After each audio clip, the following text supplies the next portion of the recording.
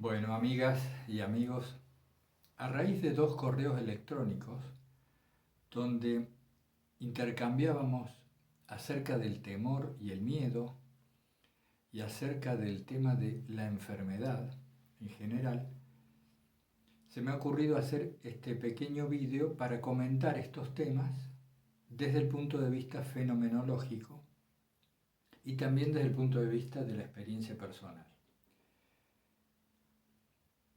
Diferenciamos el temor del miedo. El temor es predominantemente psicológico, mental. El miedo, en cambio, se vive como algo sobre todo físico, como una fuerte manifestación física. Como decíamos en algún otro vídeo, el miedo es una función natural para proteger la vida del organismo y no hay ningún problema con él. Actúa reflejamente, muy reactivamente, a situaciones de peligro que pueden darse en el medio ambiente. El miedo no es psicológico, porque es tan veloz, es tan instantáneo, que precisamente saltea la función mental. Y este puentear al psiquismo es por una cuestión de eficacia. Ante el avance de una fiera, un animal que nos quiere agredir, por ejemplo, en medio de la selva, si tuviéramos que pasar por la función mental, ya sería tarde. Entonces el organismo directamente inerva los reflejos del cuerpo y nos ponemos a escapar, nos escapamos. Entonces, todos comprendemos fácilmente lo que es el miedo y que es predominantemente físico, y ahí está, hay que dejarlo estar y va a actuar por sí mismo. Seguramente va a actuar por sí mismo en la ocasión propicia. En cambio, el temor es algo en lo cual vivimos. Muchas veces vivimos inundados de temor y ni siquiera nos damos cuenta. Quiero decir que el temor psicológico es muchas veces el criterio que orienta nuestras acciones. Y esto de manera no consciente. ¿Qué es el temor? El temor es la anticipación del mal. Mi mente, en su función imaginativa, diseña y configura diferentes escenarios de lo que podría ocurrir. Y a esto lo hace continuamente. En base a los materiales que tiene almacenados en la memoria, como si fuera un computador constantemente encendido, que lo es, muy parecido, va diseñando escenarios futuribles, posibles acontecimientos. Si ocurre esto, va a pasar esto, en cambio si esto no ocurre, se diseña este otro acontecimiento, etc. Si mi jefe me vuelve a insistir con mi bajo rendimiento, ¿qué iré a decirle yo? Y entonces si no le contesto como él pretende, quizás hable con el otro jefe y esto termine en un despido, en una disminución de mi salario, me van a exigir infinidad de cosas que podemos imaginar todo el tiempo, pero que tienen su raíz en un fondo de temor.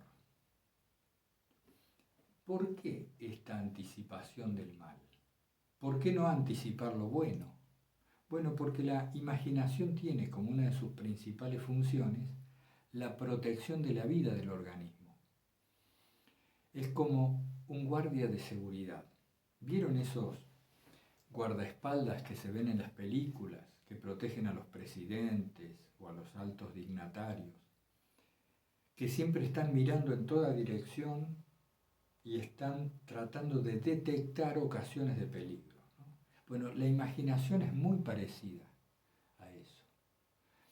Y si nosotros no aprendemos a interactuar con ella o no aprendemos a relacionarnos con coherencia respecto de esta función imaginativa, vamos a vivir muy esclavizados por el temor. Pero ¿cuál es el ambiente propicio en el cual el temor surge, crece y se desarrolla? es una creencia de fondo de que vivo separado de Dios.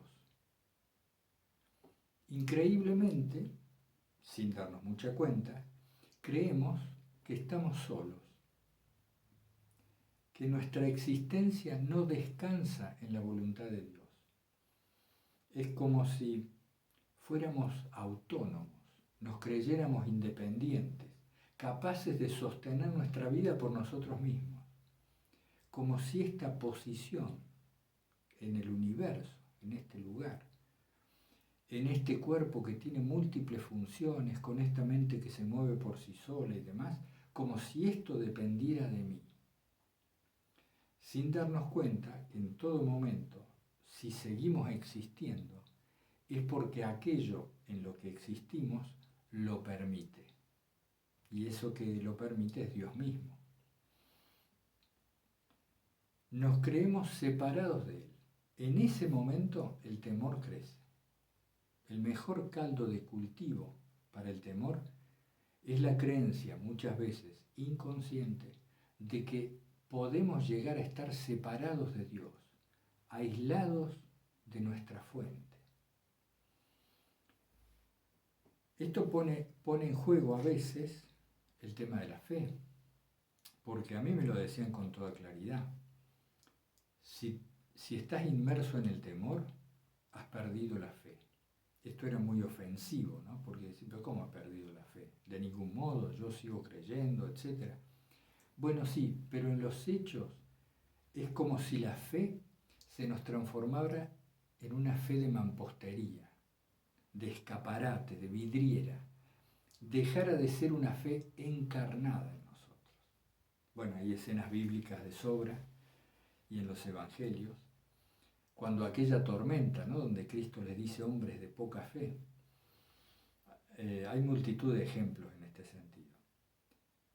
Por un lado, entonces, nos creemos separados de Dios y por eso a merced de un mundo y de un universo hostil. Un mundo, un universo y un cuerpo, que es nuestro universo más cercano, que en cualquier momento puede fallar, puede morir, la finitud se nos aparece cercana, porque estamos solos. Es como si en esos momentos nuestra fe fuera por un lado y nuestro corazón por el otro, y nuestro corazón se sintiera desamparado, aislado, solo. Eso es lo que tenemos que examinar, porque nos puede ayudar mucho a desactivar el mecanismo del temor. Si yo creo que lo que va a ocurrir en mi futuro, sea este futuro cercano o sea lejano, si yo creo que lo que va a ocurrir depende de mi acción, voy a vivir con miedo psicológico. Esto es temor. El miedo y el temor tienen una cosa en común, pese a que uno surge más físicamente y otro más mentalmente. Y es que ambos están conectados a contracciones en el cuerpo. Porque aunque nosotros separemos mente de cuerpo a los efectos didácticos o de comprender, nos damos cuenta que la mente se asienta en el cuerpo. Y entonces es parte de él. Toda imagen a futuro que se produzca, se imagine con temor, está conectada, como si fuera un cable, a tensiones corporales. Estas tensiones corporales son atávicas, es decir, vienen ya con el cuerpo primitivo del ser humano. Están inscriptas en los instintos básicos. ¿Por qué una imagen a futuro temerosa está ligada a tensiones corporales? Porque el cuerpo reacciona contrayéndose, abroquelándose, como si hiciera una coraza muscular para protegerse ante el peligro. Y el cuerpo no diferencia mucho si es un temor imaginado de si es un temor real. Se prepara igual. Y mientras más imaginamos ese temor, más contracción sufrimos.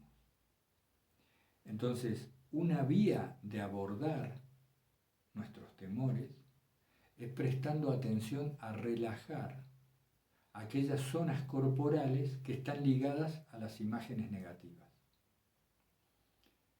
Otro abordaje es a través de nuestro darnos cuenta de la fe o no fe que tenemos en Dios en ese momento. Y también de entregarnos a la voluntad de Dios. Ya lo hemos dicho muchas veces, nosotros sabemos que tenemos que hacer lo mejor posible, siendo conscientes de que todo depende de la voluntad divina. Entonces, si hago mi parte, el resto es descansar en Él. No hay nada que yo pueda hacer para modificar la voluntad de Dios.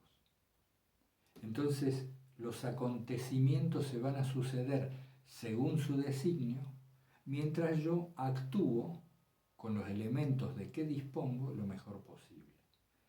Esto da una cierta tranquilidad. Hacer nuestra parte y dejar el resto en manos de quien todo lo puede, todo lo sabe, todo lo ha hecho y que sostiene nuestra existencia.